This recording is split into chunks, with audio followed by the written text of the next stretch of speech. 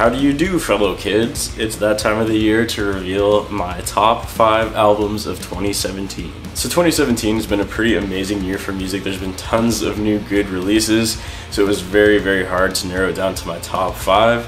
But I think I'm pretty happy with the 5 that I selected. And as I go through these albums, I want you to keep in mind, when I go through my top albums, I think of albums where I can listen to the whole album all the way through without getting bored at any point in time, or skipping songs or anything like that. So with that being said, these are the 5 albums that I feel like from start to finish are fantastic. There's no filler, there's no dead air, there's no nothing like that. They're just bangers all the way through. So with that being said, my top 5 albums this year are all metal albums, as they usually are. And we're gonna start things out with a band called For An Autopsy.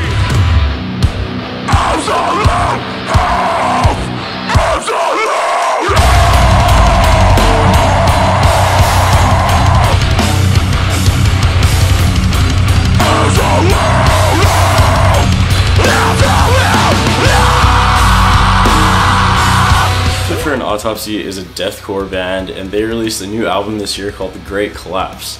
In addition to this, they also released a deluxe version of this album, which features a live session video that they did at Rain City Recorders, which is a local recording studio to me.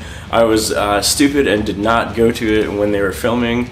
Huge regret, I will regret it forever, but regardless, definitely get the deluxe version out of the two, because the live version of the album is just as good, if not better, than the actual album itself. They also play some of their older songs, and again, in my opinion, I actually think the live versions sound better than the older recordings. The Great Collapse is one of those albums where when you listen to the first song, you're immediately going to know whether you're going to like it or not, because what you hear on the first song is very much what you're going to get the rest of the album, which in my opinion is a very good thing. The intro track Hydra is insane, and it is like the perfect album opener on any deathcore record I've heard in a very long time. Here's a little clip of what Hydra sounds like. We were the lions, now we bow to the Hydra. 'Cause when you got up there, breaking down grow back.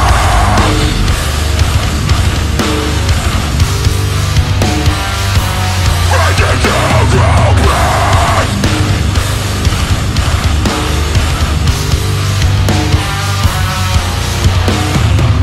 So as I said earlier, with all of the albums I'm about to talk about, they're albums that I feel like all the way through, there's not really a bad song on the album, but obviously I can't review every single song. So the 2 other standout tracks to me out of them all would have to be their singles, honestly, Black Mammoth and Iron Moon. Both of those just hit extremely hard, and they're just such a good representation of what this band is all about. So here's a little clip of what Iron Moon sounds like.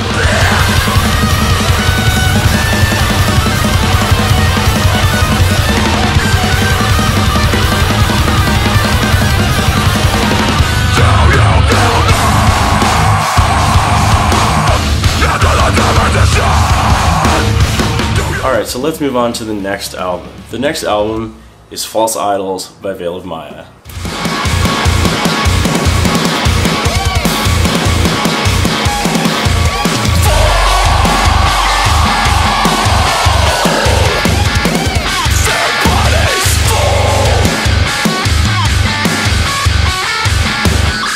Now, I have listened to Veil of Maya for a very long time, since I was in high school, ever since the first time I heard The Common Man's Collapse. I've been a fan ever since then. I know they ran into a bit of controversy when their original vocalist left and they added on Lucas on vocals, because obviously they started doing clean singing, which in this type of music some people are not a fan of. I personally love it, and I absolutely in fact, I think that they're actually better than they ever have been with their new stuff, with the addition of singing.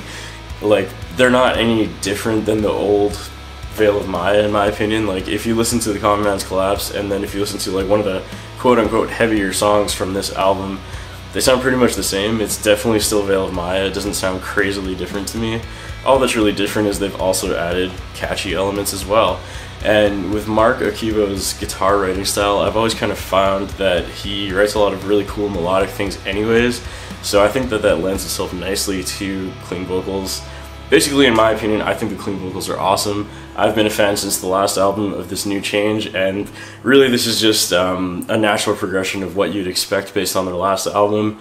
It's just even more refined, the choruses sound even better, the whole flow of each song is much better than the last album. Not that the last album was bad at all, but yeah, I don't know. I don't really know what else to say. It's just a really good album. Alright, so again, there's a lot of fantastic songs on this album, but the two songs that I feel really stand out, other than the singles, which were, what were they called? They were called Double Speak and Overthrow. Those ones are obviously good, but in my opinion, the next two songs are actually better. So the two songs that I would recommend personally from this album are called Whistleblower and Echo Chamber. Here's a little clip of what Whistleblower sounds like. Now feel me in the afterlife. I'm calling the names I will haunt you endlessly. Now feel me in the afterlife. Alright, so moving on to the number 3 position. This is a band I had never heard of until this year, and I'm so glad that I heard them when I did, because it was like a week before they came to Vancouver. And this band is called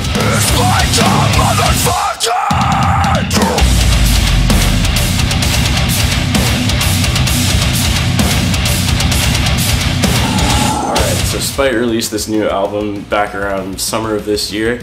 The album is titled Nothing Is Beautiful, and this is another perfect example of a band that knows exactly what they sound like, and if you don't like the first song, you are not going to like the rest of the album, and that's totally okay, and they are totally okay with that.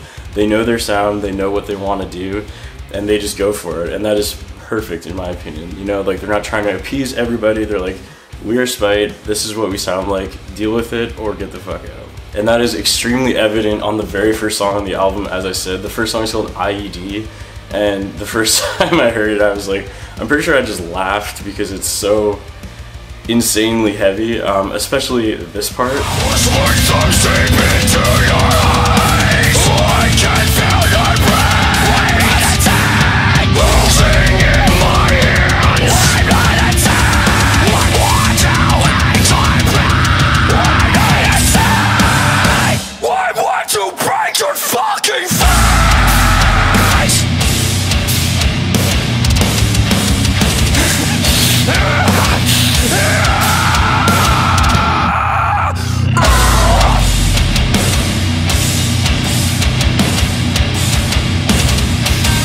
So yeah, if that's not your thing, you probably aren't gonna like Spite, and that's okay. Again, they're a band that knows what they want, and they do what they want, and it's amazing in my opinion.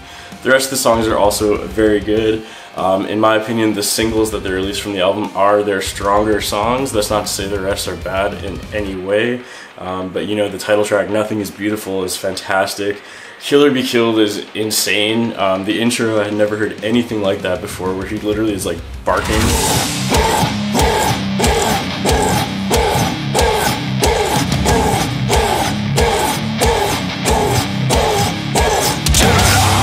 Which is crazy, but very cool. I thought it was kind of weird the first time, but as I listened to it more and more, I was just like, oh, that's so awesome. And other than that, the other single they released, which is also fantastic, is Kingdom of Guts. I don't know, man, like, their lyrical content and just what they say is crazy. Their vocalist has such like a good grasp on that kind of like, I don't even know how to explain, like this like kind of unhinged, like deranged, like crazy type vocal style, and the lyrics definitely match that. And also, again, if you ever get to see this band live, please take the opportunity to do so, because they sound just like the exact same as they do on the album live, and it's one of the heaviest bands I've ever heard, and I absolutely love this band and this album. So again, Nothing Is Beautiful, go check it out. Here's another sample of what Spite sounds like. You did this to yourself! You're not blessed! You're fucking spoiled! You forgot about those who were born to die! Fucking to the place favorites! Oh!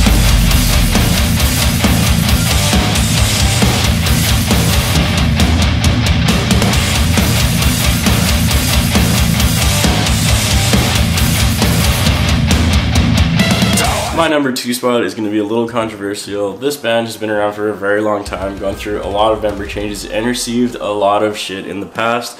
Some probably from myself as well. I didn't used to be a fan of them, but this album completely changed my mind about how I perceive them. The band is called Emmure. Get the fuck!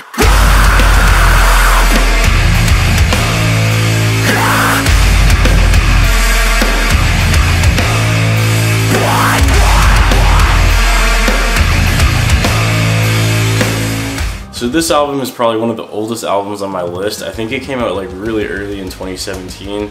Again, so to give you a little context, Emmure, I've never personally really been a fan of them. I did like some songs off of Speaker of the Dead back in like whenever that was, like 2009 or something like that, when I was still in high school. I thought it was pretty cool, but then I kind of lost interest pretty quickly. Didn't really follow them at all, but I am a huge Josh Travis fanboy, no shame in saying that. I've followed all of his projects like the Tony Danza Tap Dance Extravaganza, Glass Cloud, and now Emmure. So when I heard he was in Emmure, I was like, okay, well, now I have to check it out, even though I had my own reservations about, you know, it wasn't really my thing in the past. Whatever, let's see how it sounds, and oh my god, I'm so glad I gave them a second chance, because this album is so good. And again, like it's definitely not the most technical, the most whatever album, but they're another band like Spite, where they know what they want to do and they do what they want to do, and if you don't like it, they really don't care. And honestly, that's just the best way to go about writing music. Like, if you're writing what you want, then go for it. I think the standout track on this album is honestly Smokey. It's like one of the shortest songs, but I think it's like under 2 minutes long, but it's just so insanely heavy that the first time I heard it, I think I repeated it like 6 times. The music video when it dropped, I was just like, what is this? It's crazy. I don't know. The new lineup to Emmure is perfect, and I hope they never change again, because I want more of this album ASAP.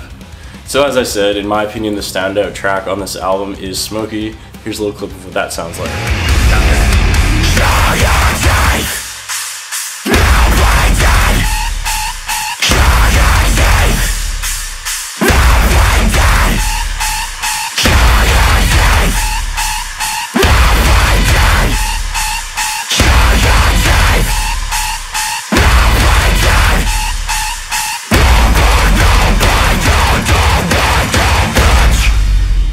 I could really go on about this album all day because every song is so good, so I'm just going to play one more little clip.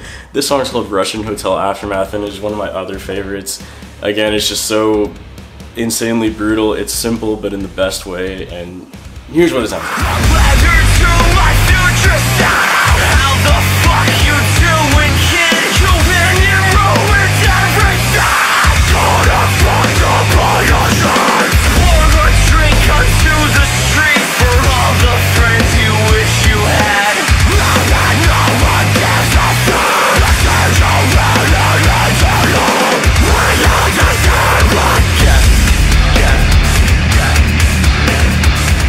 Alright, and now for my #1 album of 2017. If you've seen my poll, you've already guessed what it is at this point, obviously. It's not technically an album, it's an EP, but I will let it slide because I like it way too much to not talk about it again. It's called Spirit Box by the band Spirit Box.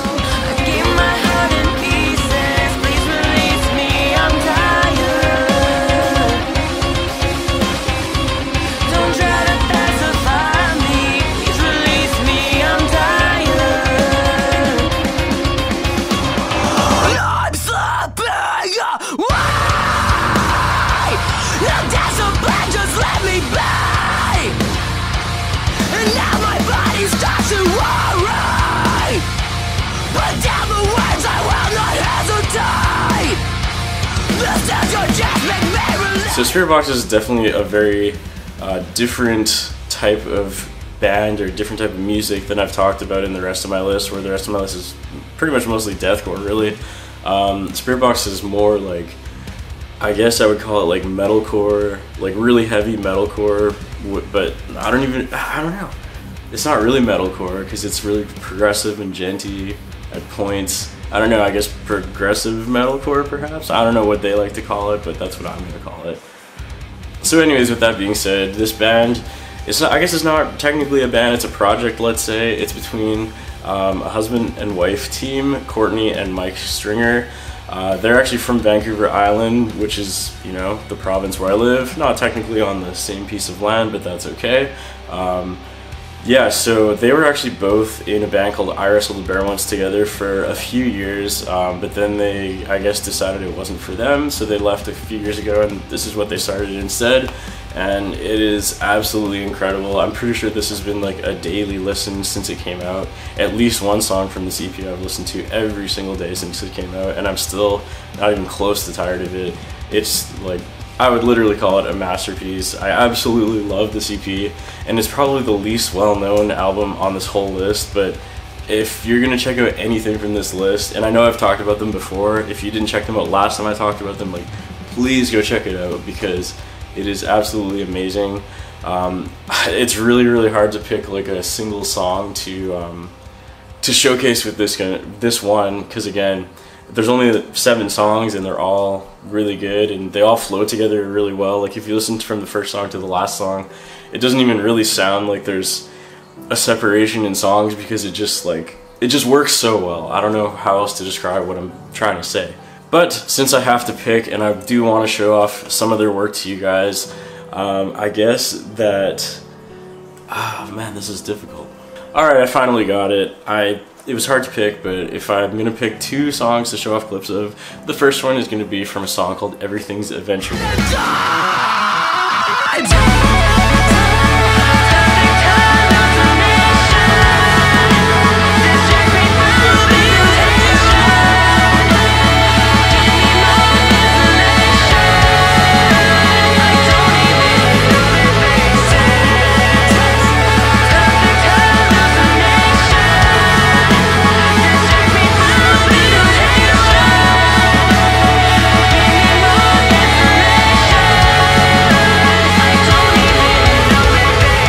The second song I want to showcase is called The Mara Effect Part 2. This is one of the craziest guitar riffs I've heard. I don't even know like why I think it's so crazy. I don't think it doesn't sound like it's necessarily super difficult, but it's just like, it's so cool. Like, I don't know, I would never think of writing something like this, and that's what makes it so fascinating to me. And in addition to that, Courtney's vocals just match so well with the riff, with all the riffs on this album.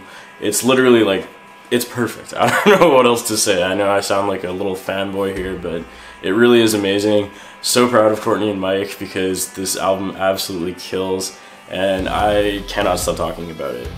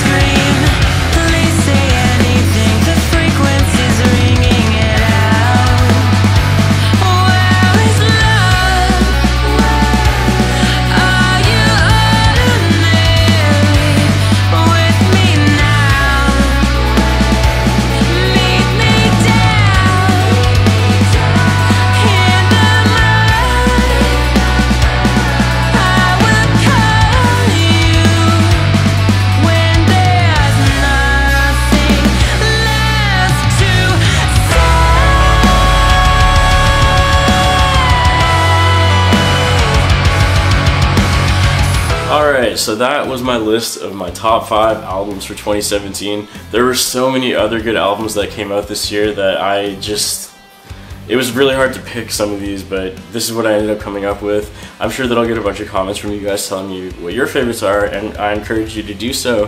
Hopefully I've heard of most of them. If not, hopefully I have time to go check out some more new bands before the end of the new year. So in addition to this video, I've been thinking about also doing my top 5 songs of 2017, so please let me know if that's something you're interested in. Contrary to popular belief, I think that the top 5 songs I would pick are actually quite different than my top 5 albums, because there were a lot of albums where I didn't have that kind of feeling where from start to end everything was perfect. But there was like 1 or 2 or 3 or whatever really good songs on an album, and I think that those deserve their own spotlight, because they were really good. It's just I didn't feel like the album as a whole was fantastic, if that makes any sense. And also there were some songs that were just singles and not on an album or an EP or anything like that that I would love to talk about too. I've talked about some of them in the past, but still.